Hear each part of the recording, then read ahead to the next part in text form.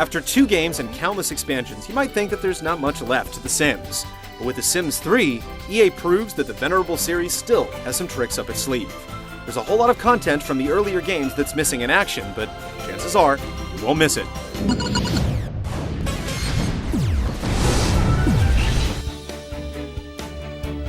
Like the earlier games, The Sims 3 is an expansive package designed to let you, the player, tell whatever story you wish with your little Sims. While the focus of the game hasn't changed much since the original, EA has clearly taken a good hard look at where the series has gone off course, and has taken some pretty bold steps to address those shortcomings. The biggest change is how you interact with places outside of your little personal plot of land. The town in The Sims 3 is now one big integrated area, and you're able to travel to any location at any time. No more tedious loading screens, no more disruptions in the flow of time. You can follow a Sim to work, over to his buddy's house for a visit, or you can make a day of strolling around downtown, doing a little shopping, or perhaps taking in a movie. Or if it's your thing, you can even choose to hang around the cemetery at night. There are well over a dozen unique locations, not counting homes and places of employment. To encourage players to get out and do more than just lounge around their houses all day, time appears to move a little bit slower in The Sims 3. This gives you a chance to explore more places without fear of wasting the entire day. The Sims themselves have gotten quite the makeover as well. Character creation is still largely the same as before, but now you can opt to give your Sim several personality traits that help define what he'll be like and how he'll behave in the world. There are over 60 traits to choose from, and while it's pretty easy to understand what the athletic, friendly, and slob traits will do, others like absent-minded, childish, and insane are far more difficult to figure out. But by mixing and matching different traits, you can create unique personalities for your Sims that actually have profound effects on how their lives play out. Traits also steer you towards certain careers. If you're an evil genius, for instance, perhaps a career in science would be a good fit. They also can lead you to one of many lifetime goals, such as creating a hybrid plant monster or becoming the Emperor of Evil. Lifetime goals are a sort of endgame for The Sims, and achieving these can give you access to extra abilities or items. Of course, since the game is essentially open-ended, you can safely ignore all of this and do whatever you want. The added complexity of traits has been balanced out by a streamlining of the wants and needs mechanic from earlier games. You still need to eat, sleep, and pee, but needs related to comfort or the desire to inhabit a pleasing environment are gone.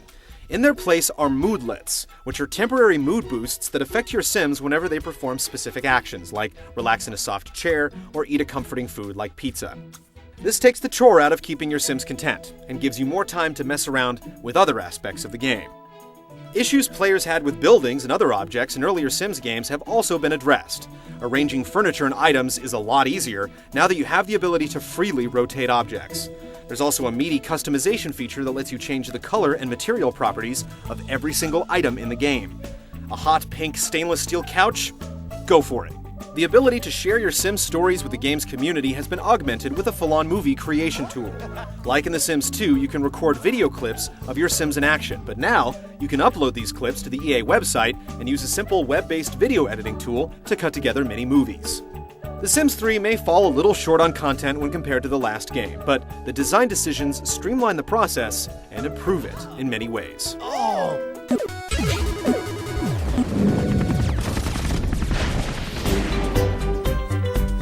By relieving the tedium associated with taking care of all your Sims' needs, the game is free to focus on giving players plenty of opportunities to come up with their own in-game goals. If you're coming from The Sims 2, you might initially be disappointed by the lack of things to do. After all, The Sims 2 had college life, changing seasons, businesses, and more. And while The Sims 3 has cherry-picked key features from each of these expansions, you won't be able to experience every last thing you could do in The Sims 2. But in this case, the tighter focus is a good thing. Instead of the mishmashed sprawl of The Sims 2, with the near-infinite combinations of extra content, you have a game that's built from the ground up to support expansions, without breaking its smooth flow. And The Sims 3 does indeed feel leisurely. We can't stress enough how much of a game-changer having one unified town is. It puts the emphasis on your Sims, rather than tying your experience to any one location or building. Before, it used to feel like a chore to visit a downtown area. Now, it's a snap. The other big game-changer is the trait system. These take the place of the personality points you used to have to assign. The problem is, it was never very apparent what the points did. That's definitely not the case with traits.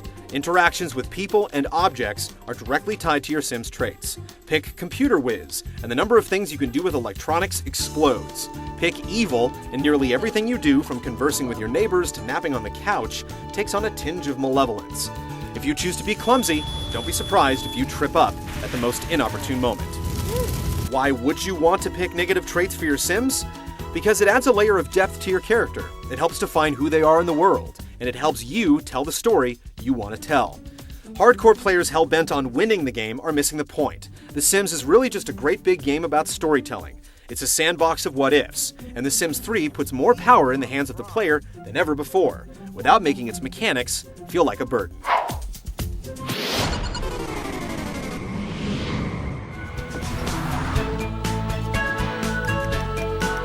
No surprises here. The Sims 3 contains the amount of spit and polish you would expect from the series. Visuals have been upgraded from The Sims 2, although not greatly so. The game still retains the clean, almost cartoony look, and the music and audio is also appropriately Simish. Go, Zoopsy! At least the interface has received an overhaul. Item selection from the shopping interface is a lot more logical, and the added customization tools put a lot of creative power into your hands.